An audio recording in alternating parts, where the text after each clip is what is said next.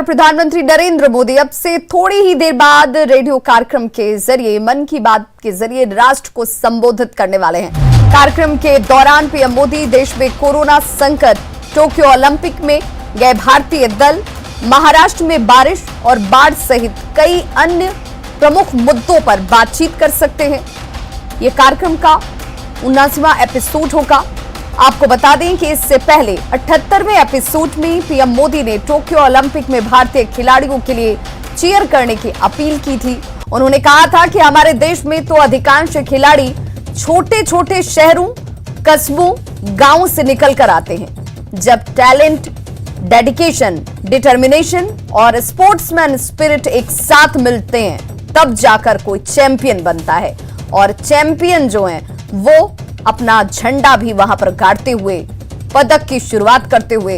और आज मन की बात में प्रधानमंत्री नरेंद्र मोदी टोक्यो ओलंपिक को लेकर चर्चा कर सकते हैं। बाढ़ के हालातों पर चर्चा की जा सकती है। कोरोना की तीसरी लहर जिसे लेकर लोगों को सावधान रहने की जरूरत है। सावधानी सबसे बड़ा बचाव है, इस पर बातचीत की जा सकती है। मन की बात का 5वां संस्करण, ये 78वें संस्करण में भी प्रधानमंत्री नरेंद्र मोदी ने जब मन की बात की थी तो उन्होंने लोगों से अपील की कि सबसे कारगर, सबसे जो इस वक्त सफलतम तरीका है इस कोरोना के ऊपर वार करने का, कोरोना से खुद को और अपनों को बचाने का, वो है सोशल डिस्टेंसिंग, मास्क, सैनिटाइजर का इस्तेमाल, अपने ऊपर सेल्फ लॉकडाउन लगाना, बेवजह बाहर निकलने से खुद को और लोगों को रोकना।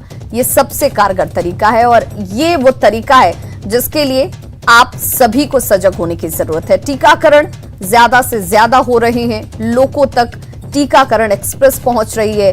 दूर दराज के लोगों तक भी टीकाकरण के जरिए उन्हें सुरक्षित करने की लगातार कोशिश की जा रही है। और आज के मन के इस कड़ी में भी प्रधानमंत्री नरेंद्र मोदी जो हैं वो कोरोना को लेकर चर्चा कर सकते हैं। बस सबसे थोड़ा वक्त का इंतजार और देश को संबोधित करते हुए प्रधानमंत्री नरेंद्र मोदी जो हैं वो आपको नजर आएंगे।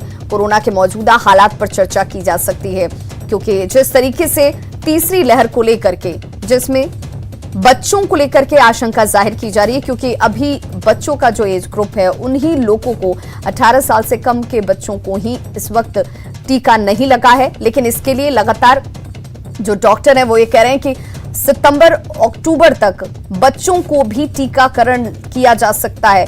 ये जानकारी भी माता पिता के लिए, एक अभिभावक के लिए राहत बड़ी बात है। और प्रधानमंत्री नरेंद्र मोदी मन की बात करते हुए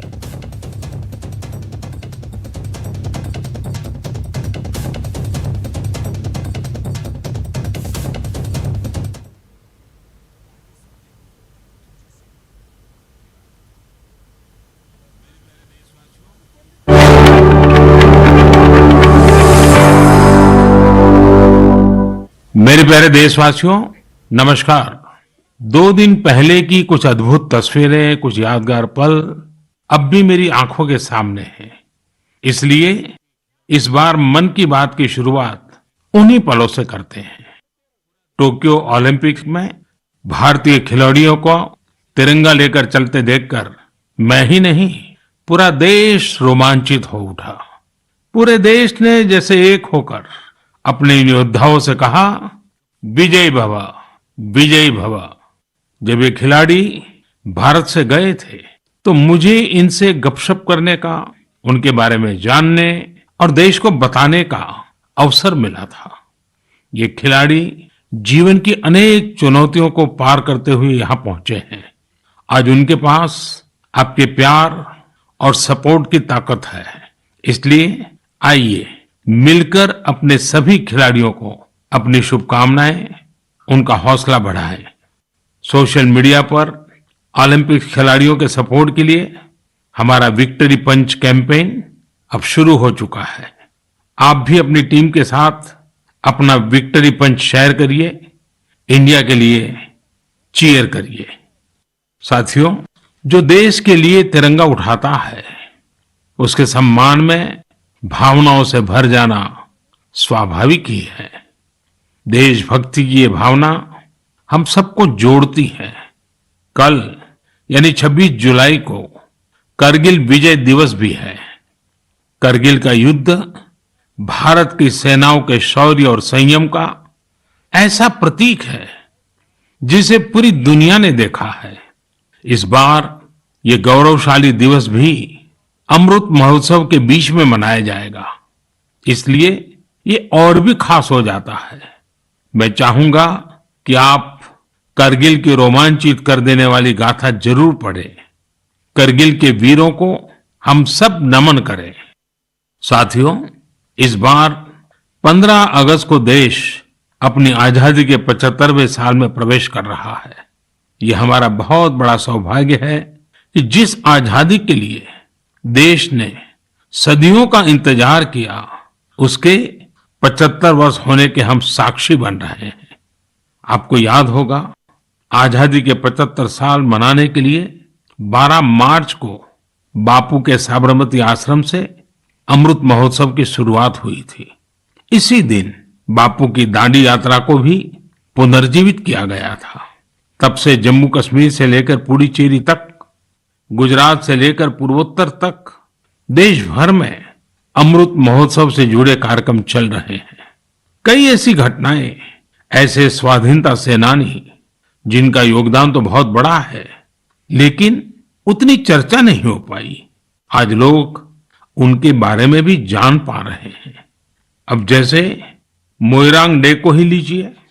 मणिपुर का छोटा सा कस्बा मोइरांग कभी नेताजी सुभाष चंद्र बोस की इंडियन नेशनल आर्मी यानी INA का एक प्रमुख ठिकाना था। यहां आजादी के पहले ही INA के कर्नल शौकत मलिक जी ने झंडा फहराया था। अमृत महोत्सव के दौरान 14 अप्रैल को उसी मोइरांग में एक बार फिर तिरंगा फहराया गया। ऐसे कितने ही स्वाधीनता सेनानी और महापुरुष हैं जिन्हें अमृत महोत्सव में देश याद कर रहा है। सरकार और सामाजिक संगठनों की तरफ से भी लगातार इससे जुड़े कार्यक्रम आयोजित किए जा रहे हैं। ऐसा ही एक आयोजन इस बार 15 अगस्त को होने जा रहा है। ये एक प्रयास है राष्ट्रगान से जुड़ा हुआ। सांस्कृतिक मंत्रालय की कोशिश है कि इस दिन ज्यादा से ज्यादा भारतवासी मिलकर राष्ट्रगान गाएं। इसके लिए एक वेबसाइट भी बनाई गई है, राष्ट्रगान.in। इस वेबसाइट की मदद से आप राष्ट्रगान गाकर उसे रिकॉर्ड कर पाएंगे, इस अभियान से जुड़ पाएंगे। मुझे उम्मीद है आप इस अनोखी पहल से जरूर जुड़ेंगे। इसी तरह के बहुत सारे अभियान, बहुत सारे प्रयास आपको आने वाले दिनों में देखने को मिलेंगे।